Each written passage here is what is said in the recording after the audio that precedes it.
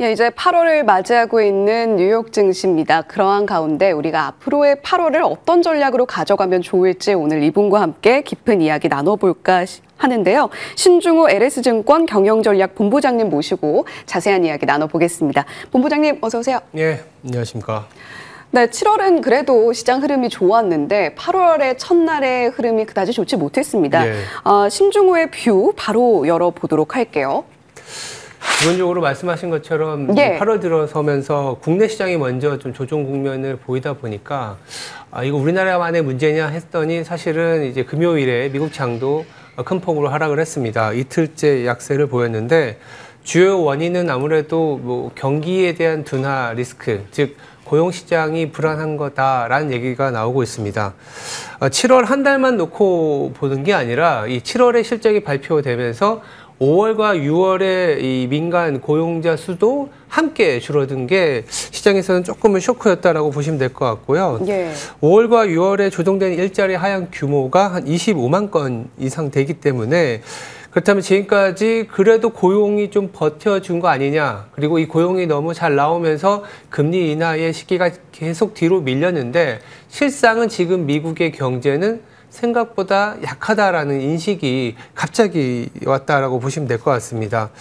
이렇게 고용시장이 좀 둔화된 이 원인 중에 하나는 이민 정책이 그동안 좀 많이 진행이 됐었던 부분들, 그리고 무엇보다 관세에 민감한 업종 중심으로 고용이 크게 늘어나지 않았다라는 측면에서 시장에서는 본격적으로 관세 영향이 들어오고 있는 지표들이 나오고 있는데, 그렇다면 앞으로도 고용은 크게 약화될 거 아니냐 이런 얘기들이 나오고 있습니다. 근데 이로 인해서 사실은 시장에서는 그러면 금리 인하 기대가 높아지면서 시장이 좀 받쳐주는 거 아니냐 이런 기대도 할 수 있는데, 예. 동시에 같이 나왔던 지표 중에 ISM 제조업 지수라고 매월 초에 항상 중요하게 보는 선행 지표가 나왔는데요. 예. 이게 같이 나왔는데 잘 안 나왔습니다. 그러다 보니까 고용 지표와 더불어서 선행 지표라고 할 수 있는 ISM 제조업 지수마저 안 나오니 향후에도 단기적으로도 경기가 크게 개선될 가능성은 좀 제한적이구나라는 인식이 확산이 됐고, 특히나 보시면 이제 고용 지수와 공급 업체 납기 지수가 하락을 하면서 기업들 입장에서는 관세에 대한 부담감을 크게 느끼고 있는 시기가 되었다라는 게 이제 관건입니다. 그래서 원자재 비용이 상승을 하고 기업들은 이제 점점 물가를 좀 어떻게 보면 가격을 정가시키면서 물가가 올라갈 수밖에 없는 상황이 맞닥뜨려지는, 그러면 고용 시장이 악화되고 물가가 올라가 그러면 이제 스태그플레이션에 대한 얘기가 또다시 나올 수 있는 예. 그런 상황이다 보니까 주가가 크게 밀린 하루였다라고 보시면 될 것 같습니다. 네, 미국 시장 내에서도 배드뉴스 is 배드뉴스다 이런 코멘트들이 나오고 있는 걸로 보이고요. 어린 반려주식님께서 미국조차도 고용 통계가 이렇게 틀리다니 진짜 누굴 믿어야 하나요? 또 이런 이야기도 남겨주셨습니다. 자, 이렇게 고용 데이터가 보여준 시사점을 본부장님과 함께 먼저 포인트 잡아봤는데, 자, 그렇다면 미국 시장 지금 현재로서 물가도 좀 부담이고 고용 데이터도 부담인 상황입니다. 미국 시장의 단기 부담 요인 또 뭐가 있을까요? 그러니까 이제 부담 요인이라고 하는 거는, 저는 이제 지금 말씀드리려고 하는 거는 결국은 밸류에이션인데, 예. 미국의 밸류에이션이 싸지가 않았어요. 그러니까 싸지 않았다는 자체가 어떻게 판단해야 되느냐.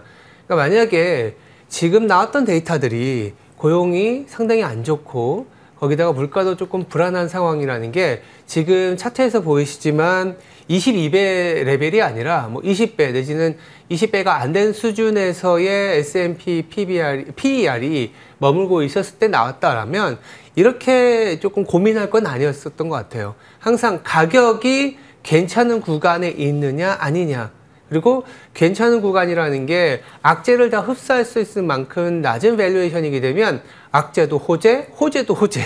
근데 지금은 아까 배드 이즈 배드라고 하는 부분들은 밸류에이션이 높아. 그러면 실적 시즌이기 때문에 이 밸류에이션을 좀 용인할 수 있을 만한 이 실적 성장률을 좀 나와줘야 된다는 조건이 걸리고, 더불어서 이 높은 밸류에이션이기 때문에 경기가 시장 기대보다 눈높이가 맞거나 내지는 눈높이보다 좀 좋게 나와줘야 이 밸류에이션이 유지가 될 수 있거든요. 예. 근데 지금은 애석하게도 밸류에이션이 상당히 부담스러운 수준에서 경제 지표가 안 나오니 이게 만약 아니면 이 성적으로 이 밸류에이션 유지할 수 있어? 라는 의구심이 탁 뛰어 올랐다라고 보시면 될 것 같습니다. 예, 밸류를 좀 정당화할 수 있을 만한 실적 발표 내용들을 확인을 해야만 앞으로 시장이 차근차근 좀 발걸음을 옮길 수 있을 것으로 보인다. 이런 이야기를 또 해주셨는데, 자, 그렇다면 향후 미국 시장을 좌우할 만한 주요한 키포인트 뭐가 있을까요?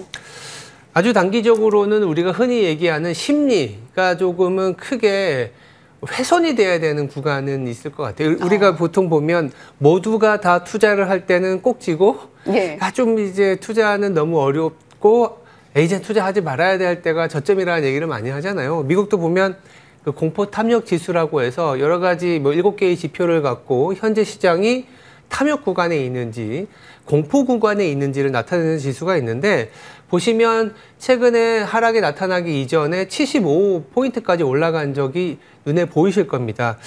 일반적으로 한 50이 평균인데 75까지 갔다라는 거는 익스트림이, 그러니까 약간 극단적인 탐욕 구간까지도 갔다. 아니면 주가가 단기적으로 좀 오버슈팅이 되었다라는 얘기를 할 수도 있는 거고, 이게 조금 많이 내려왔어요. 한 50 정도. 근데 이게 내려오는 구간에서는 여러 가지 지표라든지 센티멘트가 안 좋아지는 것을 반영하기 때문에 일반적으로는 또 탐욕 공간까지도 가기도 합니다. 가까운 사례가 보시면 우리 연초에 있지 않았습니까? 3, 4월에 있었는데 그때는 모두들 좀 힘들었지만 그때 투자하고 나서는 사실은 한 분기 정도는 괜찮았잖아요. 그래서 지금도 지금 50에서 30까지의 구간을 좀 거쳐야 되는 구간이기 때문에 한 달 내지는 뭐 9월 통상 8월은 또 시장이 안 좋다라는 얘기들을 하는 것처럼 8월에 기간 조정이 필요한 구간은 우리가 좀 맞닥뜨려야 된다 이렇게 보고 있습니다. 예, 저희가 투자를 할 때 계절적인 흐름을 고려하는 것도 굉장히 중요할 겁니다. 그와 함께 공포탐욕 지수를 들여다봤을 때 조금 소폭의 흔들림은 우리가 좀 감안하고 갈 필요가 있다라는 이야기를 전해주신 것 같고요. 자, 그렇다면 향후 미국 시장을 좌우할 주요 키까지 저희가 들여다봤다면 골드만삭스에서 또 분석 자료를 내놨다고 봤어요. 이 부분도 좀 저희가 자세하게 들여다볼 필요가 있을 것 같습니다. 네, 뭐 말씀 주신 것처럼 골드만삭스에서 실적을 잘 분석을 했습니다. 예. 분석을 했는데 어떤 부분이냐면 지금 실적 자체가 잘 나오는 게 얼마나 잘 나오는 거냐, 눈높이에는 얼마나 좀 맞춰서 나오는 거냐라는 그런 자료인데요. 보시면은 지금 2분기 실적 시즌이 이제 빅테크 중심으로 뭐 굵직한 이벤트가 끝나다 보니까 그 EPS 예상을 상회한 기업 비율이라는 부분이 있습니다. 그만큼 눈높이에 맞았냐 안 맞았냐라는 건데 2000년 이후에 최고 수준, 그러니까 63% 반 이상은 눈높이보다 좋았다라는 거예요. 그럼 실적 자체가 좋았다라는 거는 그만큼 시장을 끌어올릴 만한 동력은 된다라고는 보고 있습니다. 다만 이 부분에 대해서 보니까 이게 좋아지는 거에 대해서 더 좋아진 걸로 본 게 아니라 워낙 낮아진 기대치보다는 좀 괜찮은, 그러니까 시장에서 이 기업들의 실적을 크게 훼손될 거라고 봤었던 것보다는 나은 수준으로 이렇게 해석을 하고 있는 상황이기 때문에 물론 이것도 나쁜 건 아니지만 경기의 침체나 경기의 둔화 리스크까지 빠져들지 않는다라는 측면에서 해석을 할 필요가 있을 것 같아요. 예. 그러다 보니까 제가 차트를 하나 더 갖고 온 부분은 뭐냐면 이런 경기 침체 그리고 이런 생각보다 우리가 고용시장이나 뭔가 밸류에이션도 비싸고 더불어서 단기적으로는 공포탐욕 지수 같은 부분들이 시장을 좀 힘들게 할 것 같은데 결국 그러면 미국 경제가 다시 살아날 수 있는 동력이 있느냐, 그리고 워낙 안 좋게 봤었던 실적보다도 예상보다 좋게 나오는 이 미국의 실적이 온고잉, 그러니까 기업들의 투자 활동으로 오롯이 이어질 수 있느냐라는 지표를 좀 봐야 되는데 저는 약간 그 미국의 기업 대출 증가율에서 힘을 좀 찾고 있습니다. 예. 매주 나오는 데이터인데요. 제가 데이터를 지금 차트도 나오지만 한 4%까지 좀 늘어났습니다. 그러니까 전체적인 차트의 흐름을 본다면 최근에 미국의 시장을 끌어올린 힘이 여기서 나오는 건 아니에요. 무슨 말이냐면 이게 쭉 둔화되고 오히려 미국의 기업들의 대출은 그렇게 좋진 않았었어요. 금리가 되게 높았었고 흔히 아는 미국 시장의 어떤 주도 업종은 현금 흐름이 왕성했었던 빅테크 중심으로 올라왔었던 거죠. 그러니까 약간 돈이 좀 필요하거나 내지는 빅테크를 제외한 나머지 기업들은 이렇다 할 경기 활동이 부진할 수밖에 없었던 겁니다. 그러니까 우리가 보통 기업들이 투자를 하려면 자기 돈도 필요하지만 빅테크는 자기 돈만 갖고도 할 수 있지만 예. 나머지 기업들은 그렇지 않지 않습니까? 예. 그래서 이 부분이 올라와 줘야 되는데 사실상 미국의 기업 대출 증가율이 4% 이상 내지는 5% 아니면 싱글 후반으로 가게 되면 완만한 경기 확장으로의 길로 간다라고 해석할 수도 있는 차트거든요. 그래서 지금 올라가고 있는 부분이 굉장히 저는 고무적이다. 왜냐하면 지금 벌써부터 고용지표가 나오고 나서 미국은 9월 금리 인하는 80%가 넘어버렸어요. 그리고 경우에 따라서는 빅컷 가능성까지 얘기가 나옵니다. 예. 그러면 빅컷이라는 얘기가 나오는 8월은 힘들 수 있어요.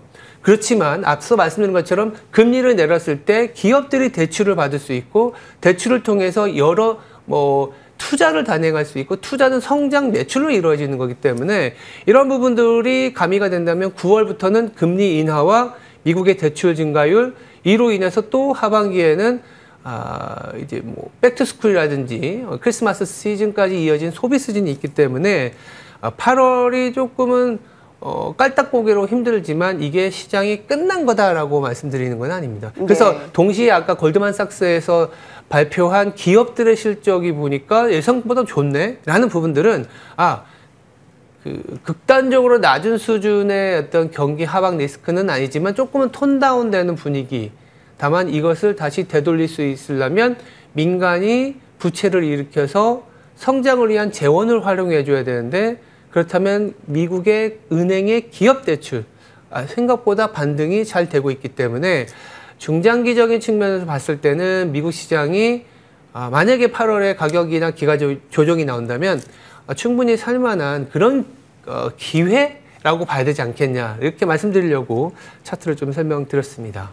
예, 본부장님께서 이야기해 주신 것은 크게 세 가지 포인트인 것 같습니다. 첫 번째 포인트는 과연 현재의 밸류를 정당화할 수 있는 실적이 나와줄 수 있을 것인가. 그 부분은 방금 말씀해 주신 이 골드만삭스의 EPS 서프라이즈 비율을 분석한 보고서 내용에 따르면 앞으로 그래도 우리가 기대해 볼 만한 포인트가 있지 않을까라는 생각이 들고요. 지금 경제 데이터 자체는 그렇게 견조하게 나오지 못했다고 하나 공탐지수를 들여다볼 때 8월은 조금 흔들리더라도 앞으로의 상승 할 만한 모멘텀은 분명해 보인다라고 말씀을 해주신 것 같습니다. 자, 결국 중요한 것은 9월에 빅컷에 들어갈 수 있을 것인가 이러한 것도 저희가 눈여겨봐야 될 것 같은데 8월은 FOMC가 없죠. 잭슨 홀 미팅으로 대체가 되기 때문에 9월의 빅컷 여부 잘 체크해 보시면서 앞으로 8월을 어떤 종목 매수의 기회로 삼아볼까 생각해 보시면 좋을 것 같습니다. 자, 지금까지 신중호 LS증권 경영전략본부장님과 이야기 나눠봤습니다. 오늘 말씀 고맙습니다. 네, 감사합니다.